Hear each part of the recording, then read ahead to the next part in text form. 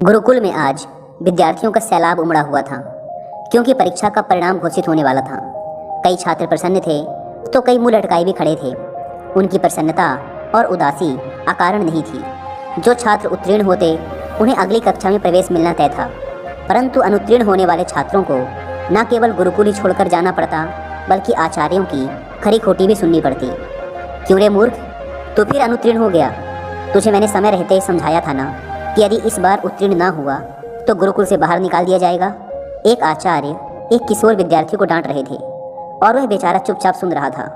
डरते डरते उसने गुरुकुल के प्रधान आचार्य से निवेदन किया, आचार्य देव, मैंने अपनी तरफ से तो पूर्ण प्रयास किया था, परंतु निर्बल स्मरण शक्ति के कारण मैं जो कुछ भी याद करता हूँ उसे थोड़ी देर बाद ही भूल जाता हूँ। कृपया मुझे एक अवसर और देने की कृपा करें। यदि तुझे कुछ स्मरण ही नहीं रहता तो फिर तू कैसे उत्तीर्ण हो पाएगा, और तेरे विद्या अध्ययन करने का भी क्या लाभ होगा? यदि देवता भी तुझ पर कृपा करें ना, तो भी तुझ जैसे जड़ बुद्धि को उत्तीर्ण नहीं करा सकते। आचार्य ने अपने इन तीव्र शब्दों के साथ वरदराज की खूब बुराई की और उस पर चिल्लाते हुए उसे गुरुकुल से बाहर निकल जाने के लिए कहा। कक्षा के सभी छात्र उस पर हंसने लगे। वह बेचारा भी अपना मुंह लटकाए बोझिल कदमों से वहाँ से निकल गया। अनेकों प्रश्न उसके मन में उथल पुथल मचाए हुए थे। कैसे वह अपने घर लौटेगा? माता पिता को जाकर क्या उत्तर देगा? जब लोगों को पता चलेगा कि उसे गुरुकुल से निकाल दिया गया है, तब वह कैसे उनका सामना कर पाएगा? वरदराज का हृदय बैठा जा रहा था। आखिर उसने अपनी ओर से तो भरसक प्रयत्न किया था, रात रात भर बैठकर पढ़ाई की थी, लेकिन यदि फिर भी उत्तीर्ण न हो सका तो वह क्या कर सकता था? सवालों के भंवर में फंसा वह अब अपने गांव के पास ही आ पहुंचा था, पर क्योंकि धूप बहुत तेज हो चली थी, इसलिए उसने थोड़ा विश्राम करने का निश्चय किया।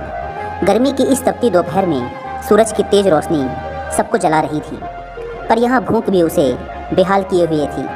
इसलिए पास के कुएं की जगत पर बैठकर ही उसने सत्तू खाने का निश्चय किया, जिसे वह गुरुकुल से लेकर चला था।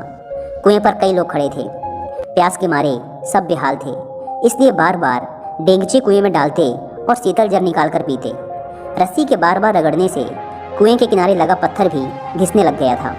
लोग जितना पानी निकालते, पत्थर उतना ही घिसता जाता। वरदराज चुपचाप बैठा यह सब देख रहा था। अचानक ही उसके मन में एक विचार आया।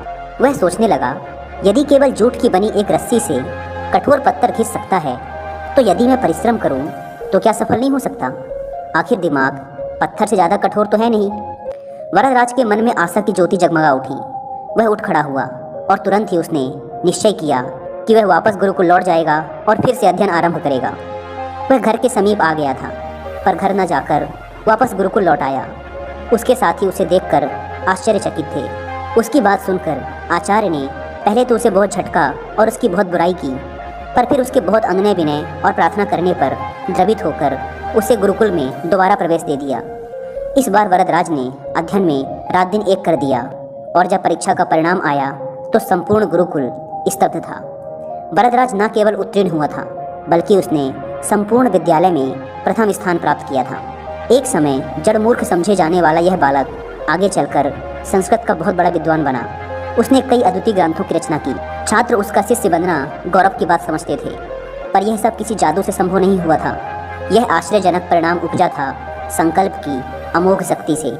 कठोर परिश्रम और प्रबल इच्छा शक्ति के बल पर ही यह असंभव कार्य संभव हुआ था। कामयाब लोग गलत नहीं कहते।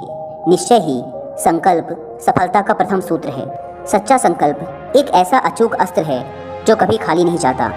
यदि हम किसी भी कार्य को करने का संकल्प कर लें, तो ऐसा कौन सा अवरोध है जो उसके मार्ग में चट्टान बनकर खड़ा हो जाए? निसंदेह कुछ भी नहीं। करोड़ों युवाओं के प्रेरणा स्रोत स्वामी विवेकानंद जी ने एक बार कहा था, मुझे पूर्ण विश्वास है कि ब्रह्मांड में कोई भी शक्ति किसी भी व्यक्ति को उस चीज़ को हासिल करने से नहीं रोक सकती जिसका वह वास्तव में हकदार है। यदि मन अपनी पूर्ण क्षमता में जागृत है तो हर चीज़ पाई जा सकती है। पहाड़ों को भी खाक में मिलाया जा सकता है। संकल्प दूसरी किसी भी चीज़ से ज़्यादा शक्तिशाली है। प्रबल इच्छा शक्ति के सामने हर चीज़ को झुकना ही पड़ता है, क्योंकि यह सीधे भगवान से आती है। एक शुद्ध और शक्तिशाली संकल्प सर्वशक्तिमान है।